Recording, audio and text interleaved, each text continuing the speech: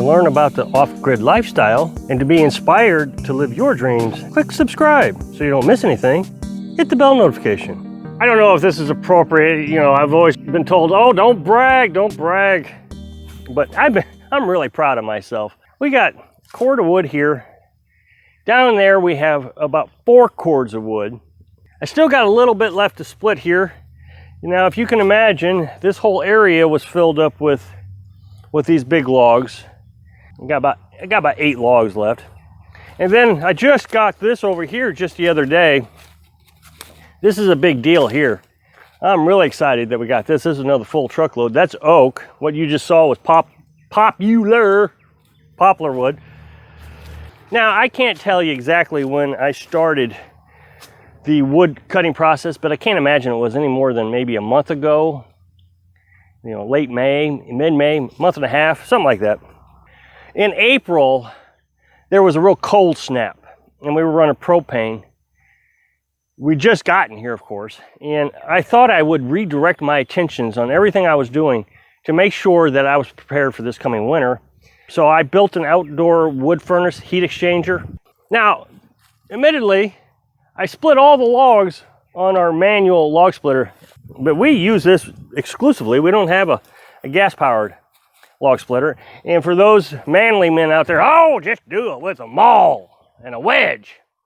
Well, I'm not a spring chicken, and this wasn't that expensive. You figure you go get yourself a sledgehammer and a few wedges, you know, you're up to 50, 60 bucks.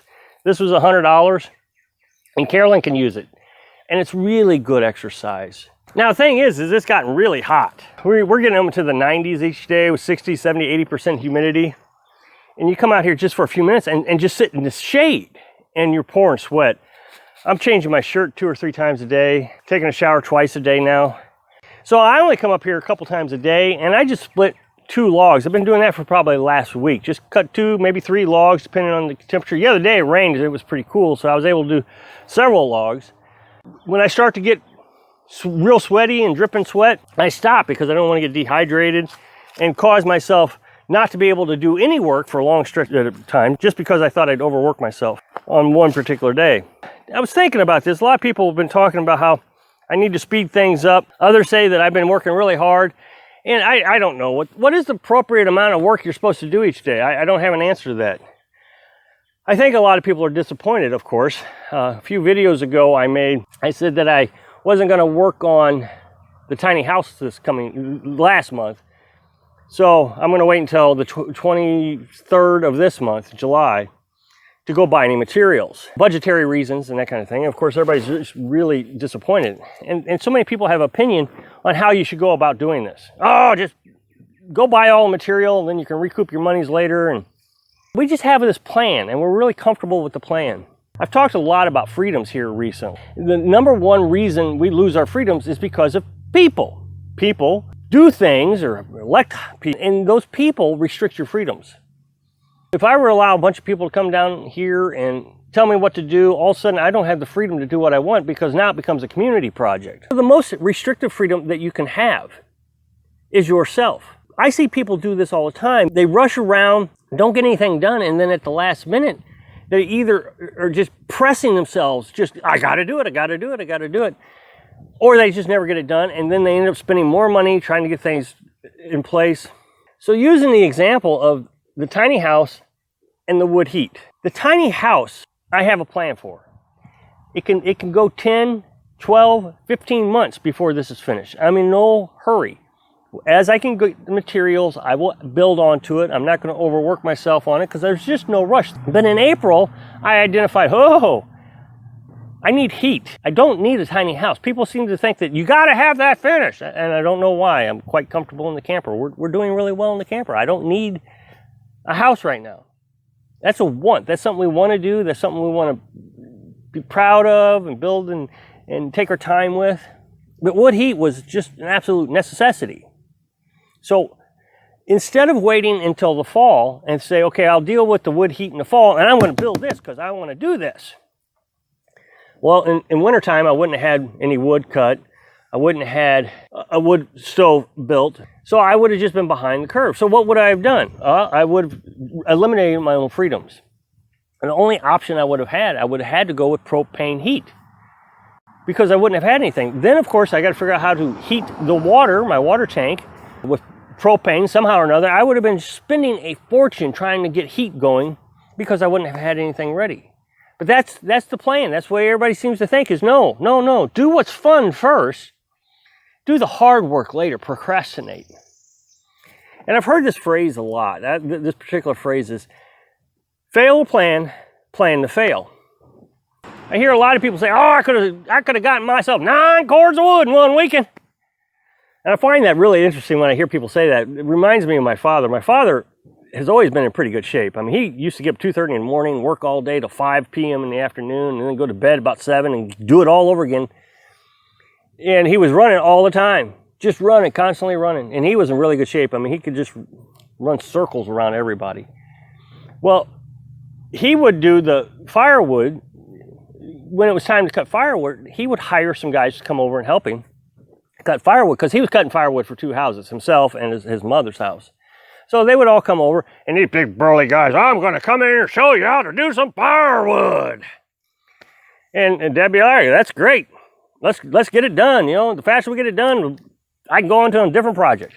And he would say, get here by 6. Okay, I'll be there by 6. And, you know, by 9, 10 o'clock, they'd show up.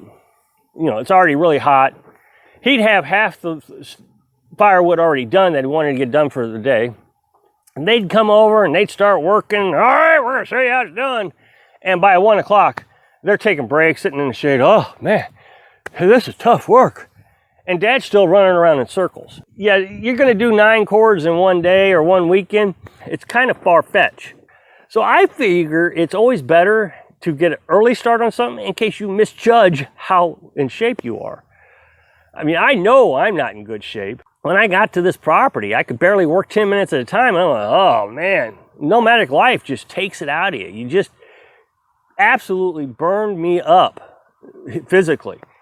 So now I'm starting to get back in shape. I can work longer periods of time. I'm out here quite a bit now, working pretty good portions of the day now. And I go to bed, I'm good and tired, and I get a good night's sleep. But it reminds me that when we bought this property, we stayed at Mom's house a month after we bought it. And the idea was I wanted to be ready to come down here. Now, to give you an idea of what happened, we bought the property. It was in January. We went up to Mom's house, and I wanted to get everything purchased. Well, first of all, I didn't want to come down here when it was really cold because Mom had electric. We wouldn't have electric, so that means we would have been burning propane. Well, we've been burning propane our entire nomadic lifestyle. It's just dangerous stuff. Carbon monoxide poisoning was not something I was interested in. So we stayed at Mom's house. We had a little electric heater, kept us warm, did really well. So we didn't want to come down here until it had warmed up, at least enough that we could safely run propane during the day, and at night we could cover up with covers and not have to run propane. We also wanted to get solar panels. The thing about the solar panels is this place does not have an address. It still doesn't have an address. You can't get an address on a place that doesn't have a building on it. Well, this doesn't have a building. It has a camper and it has construction on it, but it doesn't have a building. That is a requirement of the county, so we can't have an address. Now, I can get a post office box and I can do general delivery and all these things, but if you haven't actually done general delivery, that's a nightmare. We tried that on a nomadic lifestyle once and it completely failed. Terrible. Couldn't get a debit card. Our debit card was at one address. We couldn't get it down to Texas. So I wanted to order solar panels. Well, good thing we were at Mom's house because I bought one set and I tested them out and I made sure that's what we wanted and how we wanted to set it up. And then I bought another set. So sets of 4 is what I bought. And the second set, they shipped way over to the other side of the state of Missouri, nowhere near where we were at. Well, we had to, track it down and go and get it. And this is with an address. Now, can you imagine trying to do this out here without really good, reliable phone service and internet service? Because we had to get all that established too when we got out here. The other thing I had to do was I had to get the well. I wanted to make sure the well was working. So we bought the well pump. There, I had to do a lot of research because I didn't know how wells worked really. I mean, I understood there was a hole in the ground, but I didn't know how well pumps worked or piping or foot valves. So that took just the time to study everything. I tell you, there was a lot of criticism. Why don't you just go down there and get things going? Let's get it started. And I just knew that was a bad idea. I mean, I absolutely just felt it in my bones that was a bad idea. There was too much that we weren't ready for just to come down here. But in 3 days, we had enough of everything put together. We had the well installed and running and pumping water. We had solar panels running and working just because we planned. So if we'd have come down here, we would not have been free. We would not have been happy. So I think that it's important that you plan and write this stuff down. Write it down. Okay, I need this, I need this, and I need this. And as you're thinking about things, you think, oh, wow, I need to make sure that I do this before I do this. Otherwise, the sequence of things isn't going to work.